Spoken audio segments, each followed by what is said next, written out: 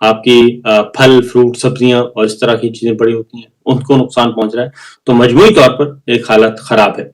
اگلی جو ہے جی آپ ان کی حکومت کی سب سے بڑی اب تک کی جو اگر بریکنگ نیوز دیکھیں پچھلے 4 سال سے ان کے پاس بریکنگ نیوز کیا ہوتی ہے؟ ان کے پاس سب سے بڑی بریکنگ نیوز ہوتی ہے ہمیں قطر سے قرضہ مل گیا.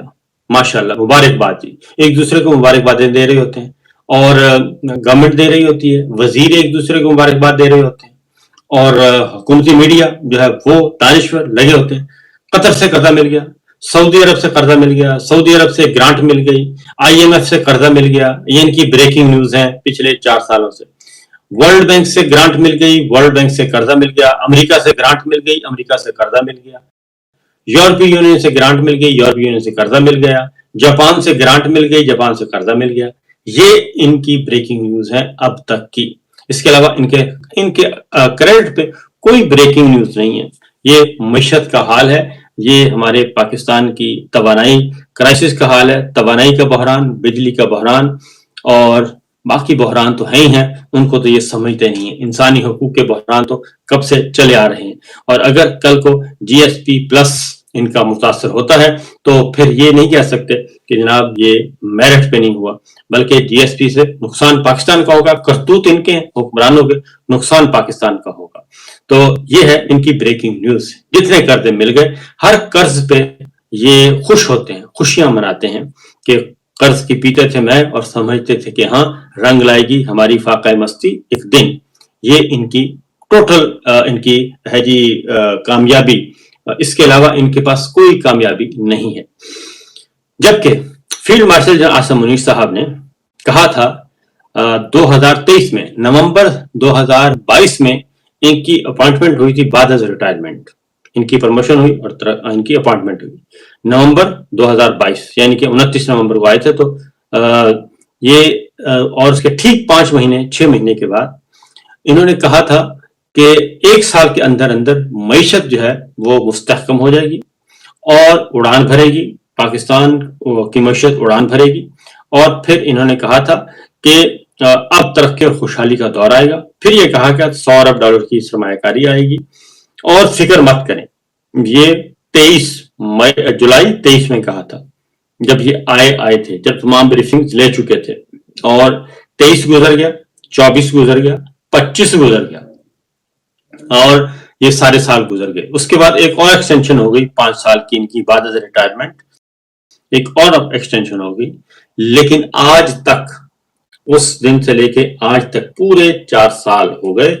4 سالوں میں جی ایک انویسٹمنٹ تو کیا $100 ارب کی انویسٹمنٹ تو کیا نہیں تھی، 1 روپے کی بھی انویسٹمنٹ نہیں آئی. اور یہ صورتحال اس وقت ہے. اور اب جب UAE نے ان سے پیسے مانگ لیے ہیں، اپنا قرض مانگ لیا ہے، ان کی بھی ٹرولنگ کی جا رہی ہے. اور اب کہا جا رہا ہے کہ UAE میں جتنے بھی پاکستانیوں کی اثاثہ جات ہیں وہ وہاں سے نکالیں اور وہ لے کے آئیں، پاکستان واپس لے کے آئیں. کل محسن نقوی صاحب نے اپیل کی، اپنی ہی ناکامیوں کا اعتراف کیا، اپنے ہی ساری وہ تمام کے تمام جو کہ عمران خان صاحب اور ہم سب کہتے تھے کہ یہ کام مت کریں، پاکستان کو ڈسٹیبل مت کریں اور عمران خان دشمنی میں ایسی حرکتیں مت کریں کہ جس کا نقصان پاکستان کو ہو. لیکن یہ نہیں مانے اور اس کا نتیجہ بھگت لیا اور پاکستانیوں کا اعتماد اٹھ چکا ہے. اب یہ اوورسیز پاکستانیوں سے کہتے ہیں جی کہ ہمیں زیادہ سے زیادہ اوورسیز پاکستانیوں کو کہتے ہیں انویسٹمنٹ کریں، یہ بھی کہتے ہیں، اور اپنا سرمایہ پاکستان واپس لے کر آئیں، یہ بھی کہتے ہیں. اور حقیقت یہ ہے کہ اوورسیز پاکستانیوں کی زندگی بھی انہوں نے اجیرن کر دی ہے. میرے پاس بہت ساری مثالیں ہیں جن کے انہوں نے اوورسیز پاکستانیوں کے پاسپورٹ بلاک کر دیے، ID کارڈ، شناختی کارڈ بلاک کر دیے، بینک اکاؤنٹس بلاک کر دیے. اور پھر یہاں تک نہیں رہا، ان کے عزیز و اقارب کو تنگ کیا جا رہا ہے، ان کو بھی اٹھایا جاتا ہے. پھر اس کے بعد اگلا مرحلہ انہوں نے یہ کیا کہ یہاں سے بہت سارے اوورسیز پاکستانی جنہوں نے آ کے یورپ میں، امریکہ میں، برطانیہ میں رپورٹ کیا ہے باقاعدہ طور پہ، ان کے خلاف جو ہیں FIRs ہو رہی ہیں. اور وہ FIRs کس صورت میں ہو رہی ہیں؟ انسانی حقوق کی تنظیموں کو وہ بتا رہے ہیں اپنے اپنے ملکوں کی ہوم منسٹریز کو بتا رہے ہیں، وہ ریٹرن میں بتا رہے ہیں، اور یہ بھی بتا رہے ہیں کہ جناب ہمارا نام نہ آئے، ہم گئے پاکستان، ہمارے ساتھ یہ سلوک کیا گیا، ہمیں ایئرپورٹ سے اٹھا لیا گیا، ہم سے اتنے پیسے مانگے گئے، ہم سے تشدد کیا گیا، ہمیں اتنے دن غیر قانونی تحویل میں رکھا گیا، غیر قانونی قید میں رکھا گیا، اور ہم سے اتنے پیسے مانگے، اتنا نقصان کیا، یہ کچھ ہم سے لکھوایا، یہ کچھ ہمیں دھمکایا، اور وہ ساری کی ساری ایک مقدمہ تیار ہو رہا ہے ان کے خلاف. اور یہ مقدمہ جو ہے آگے بڑھ کر یہ نقصان کس کا ہوگا؟ اصل مسئلہ یہ ہے، نقصان الٹیمیٹلی یہ تو چلے جائیں گے اور پابندیاں لگیں گی پاکستان پہ، اور اس کا نقصان پاکستان کو پہنچے گا، پاکستان کی معیشت کو ہوگا، لیکن کرتوت ان کے ہیں. تو اس لیے جو کوئی بھی ہے یہ سارے کام کروا رہا ہے، میرا خیال ہے کہ اس کو سوچنا چاہیے کہ وہ کر کیا رہا ہے، کیونکہ یہ ایک مثال نہیں ہے. اوورسیز پاکستانیوں کے ساتھ جو کچھ یہ کر رہے ہیں، یہ سینکڑوں مثالیں بن چکی ہیں اب تک، اور ہر ڈسٹرکٹ وائز، ہر تحصیل وائز کہیں نہ کہیں سے ان کو دھمکایا جا رہا ہے. تو ان پولیس افسروں کے نام بھی جو ہے وہاں پہ، یہاں پہ برطانیہ میں، امریکہ میں، یورپ میں، یورپی یونین میں، وہ جس ملک کے ہیں، کیونکہ اب تمام ملکوں کو بھی پتہ چل چکا ہے، مسلسل جب شکایات آتی ہیں، کمپلینٹ آتی ہیں تو اب پتہ چل جاتا ہے. اس لیے یہ بھی ایک کیس بننے والا ہے اور چیزیں جمع ہو رہی ہیں. اب آتے ہیں جناب اگلی خبر، پاکستان تحریک انصاف اور عمران خان صاحب کی، کیونکہ ان کا سارا مسئلہ جو ہے وہ عمران خان پہ پھنسا ہوا ہے، ان کے ساتھ معاملات نہیں طے ہو رہے. تو علیمہ خان صاحبہ اور پارٹی کے اندر بھی جو معاملات چل رہے ہیں، علیمہ خان صاحبہ جو ہیں اور عمران خان صاحب کی بہنیں، وہ ناخوش ہیں پاکستان تحریک انصاف سے، پارٹی لیڈر سے بہت زیادہ ناخوش ہیں، اور ان کا جو دکھ ہے، ان کی جو تکلیف ہے وہ ویلڈ ہے، اور اس کو آپ اگنور نہیں کر سکتے، کیونکہ عمران خان صاحب کے پاس بہت بڑی پارلیمانی قوت ہے. پاکستان تحریک انصاف اس وقت اگر دیکھا جائے تو بہت مضبوط ترین اپوزیشن ہے اس وقت، بڑی پارلیمانی قوت ہے پاکستان کی تاریخ میں. اگر میں یہ کہوں کہ سب سے بڑی مضبوط پارلیمانی قوت ہے اپوزیشن کے طور پہ، تو اس میں کوئی غلط نہیں ہوگا، کیونکہ ماضی میں ہم نے دیکھا کہ مسلم لیگ نواز کے پاس صرف 17 سیٹیں تھی قومی اسمبلی میں، اور انہوں نے ان 17 سیٹوں پہ بھی اس وقت کی پرویز مشرف حکومت کو، شوکت عزیز حکومت کے ناکوں میں دم کیے رکھا. پھر محترمہ بینظیر بھٹو جب ایگزائل میں تھی، ان کے پاس بھی کوئی 15 12 14 سیٹیں تھیں، اور انہوں نے بھی ان 15 12 14 سیٹوں کے ساتھ ہی اپنے آپ کو نہ صرف زندہ رکھا بلکہ مزاحمت کرتے تھے اور بتاتے تھے کہ وہ ہیں. پاکستان تحریک انصاف جو ہے، اور یہ ساری کی ساری عمران خان صاحب کی سیاسی طاقت ہے. قومی اسمبلی میں جو ہے وہ سب سے بڑی نہیں بلکہ تگڑی جماعت ہے. اس کے باوجود کہ مخصوص چھین لی گئی، 90 سیٹیں جو ہیں ان کے پاس موجود ہیں جی، 80 90 سیٹیں ہیں، اور 80 90 ایم این ایز جو ہیں وہ طوفان برپا کر سکتے ہیں.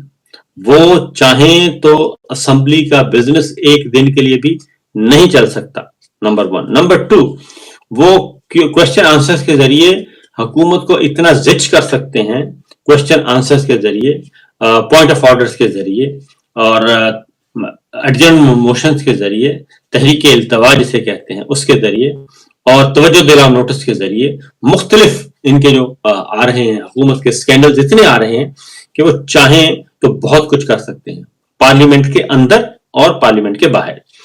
یہی کام وہ پنجاب اسمبلی میں کر سکتے ہیں، یہی کام وہ سندھ اسمبلی میں کر سکتے ہیں، بے شمار کام کر سکتے ہیں، اور چاہیں تو وہ بزنس چلا نہیں سکتے. پنجاب میں ان کی بہت بڑی تگڑے نمبر ہیں، اور ہیں بھی فارم 45 والے اصلی. تو پھر خیبر پختونخوا میں تو ان کی حکومت ہے ہی ہے. کشمیر، گلگت بلتستان، وہاں پہ کر سکتے ہیں، وہاں پہ بھی ان کے پارلیمنٹیرینز موجود ہیں.